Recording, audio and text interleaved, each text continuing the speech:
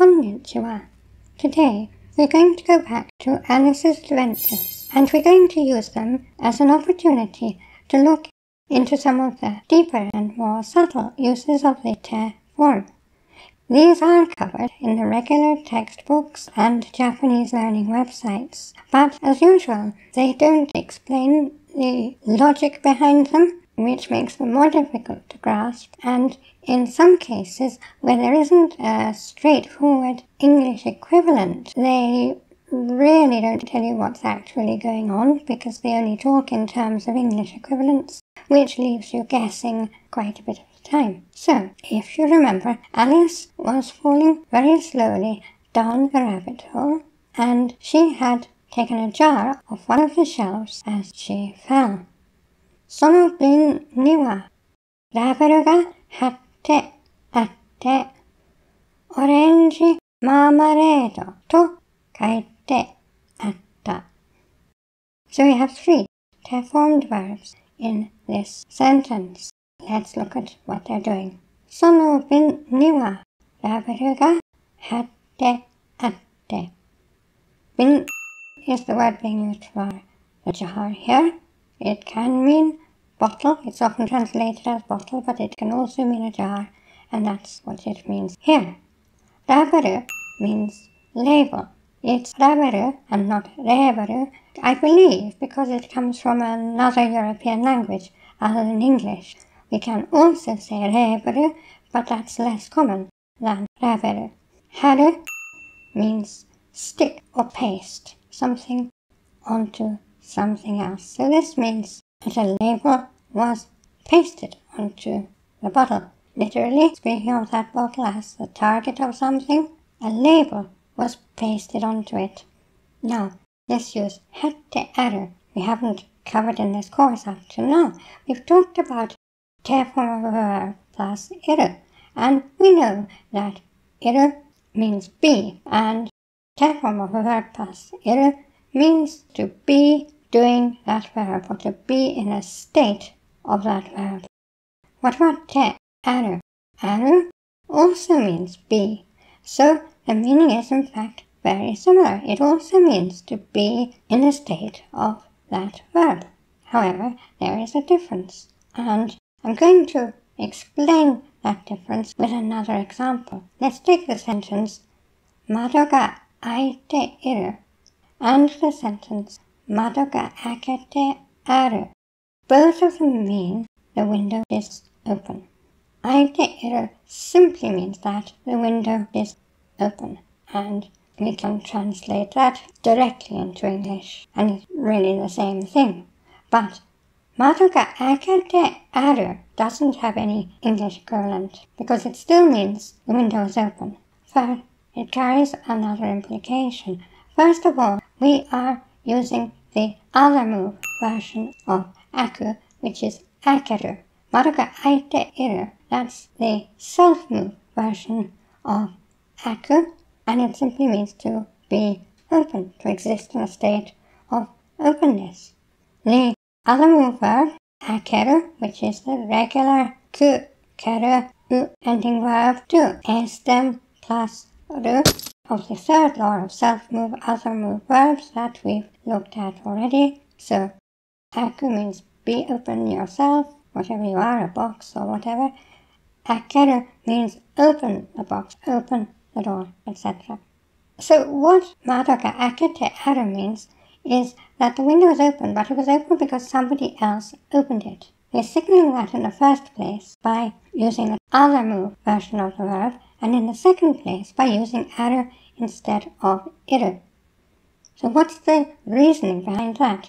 Well, when we say 窓が開いている, although it is an inanimate object, we're using the version of be, which we use for animate beings, people and animals and things. That, in fact, is the part that needs explaining, isn't it? Why are we using the animate version of be for an inanimate object like the window? And we do this all the time. We're always saying te iru for inanimate objects of all kinds. The reason is that in this expression we're simply saying the window was open. We're not implying that anybody opened the window. So in a way, we can say that we're treating the window as an honorary animate being.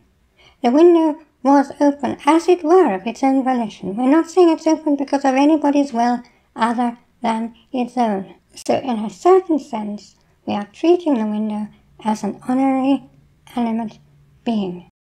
窓が開いている. But if we say 窓が開けてある, we are saying that somebody opened the window.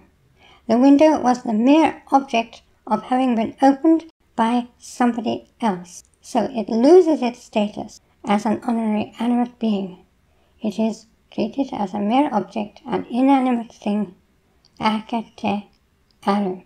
And the thing to understand here is that even though it's lost its status as an animate being, even though we're using the other move version of the verb, the ga marked after this sentence is the window. 窓が開けてある. The window is doing the action, which is ある. The window is existing in a state of having been opened by somebody else. And that is the same thing that's happening in our sentence from Alice. その瓶にはラベルが貼ってあって. Jar existed in a state of having had a label pasted onto it.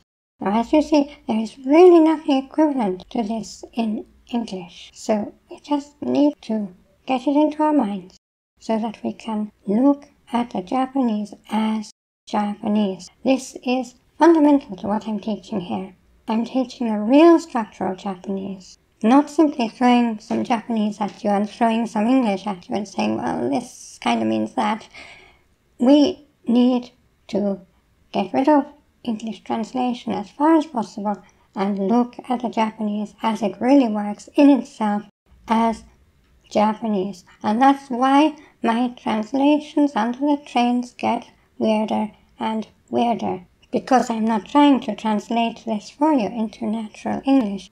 I'm trying to tell you what the Japanese is really doing. So the second half of the sentence, the second form, of course, is simply joining the first logical clause in this compound sentence to the second logical clause.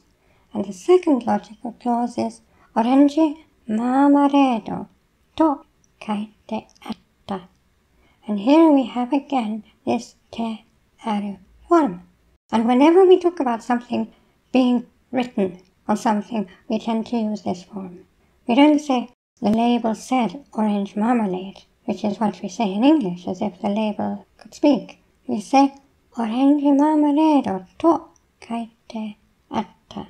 To is our quotation particle, of course. That's quoting exactly what was written on the label. And then 書いてある means that it was in a state of having had those words written on it by somebody else. Now I'm going to do something a tiny bit unusual here. I hope you won't mind. I'm going to skip ahead just a little bit in the story because the next part contains a very interesting point that really needs a lesson of its own, and the part immediately after that includes something that really rounds out what we're doing today. It introduces te oku, which really belongs together with te iru and te aru. This relationship is something the textbooks don't explain, and because they don't, it leaves te oku rather undefined in people's minds. Many quite advanced students don't really understand why te oku is used in some cases. So we'll go ahead with that now, and I'll just fill you in on the story in between. It's only a little bit. Alice realizes that the marmalade jar is in fact empty, and what's she going to do with it? She doesn't want to drop it because it'll fall all the way down the hole and very likely kill someone. And if you read the newspapers, you're probably aware that there are far too many empty marmalade jar incidents in Wonderland already. So, now you know the background, let's carry on. Umaku todana no hitotsu e tori sugari ni oite oita. Umaku means skillfully. Todana, as we know, is a cupboard. Todana no hitotsu, as we talked about in the last lesson, is one of the cupboards. So she skillfully, in passing, put it into one of the cupboards. And what's this oite, oita? Now, they're both the same oku. Oku meaning to put. The first one is simple enough. She put it into the cupboard. But why do we have the second oku on the end of it? Oite, oita.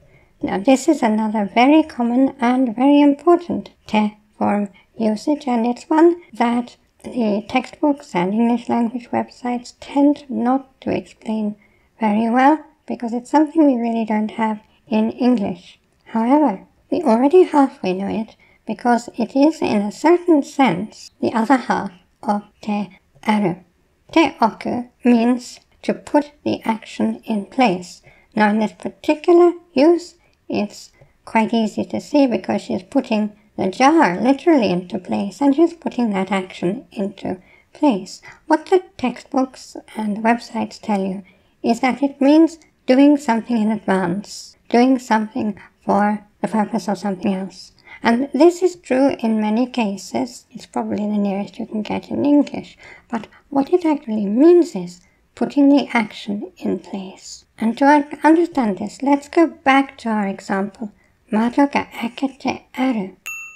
The window is open because somebody opened it.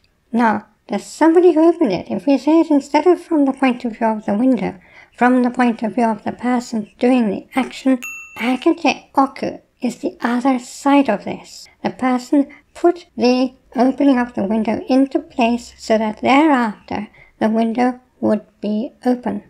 So you see we have the two halves of the same coin. Mado ga akete aru. The window stands open because somebody put it there.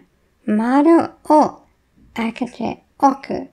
Open the window so that it will stand open for the future, so that it will then be open. Put into place the action of opening the window. And this is what oku means. Oku means place. So you're placing the action. You're putting it into place. You're setting it up.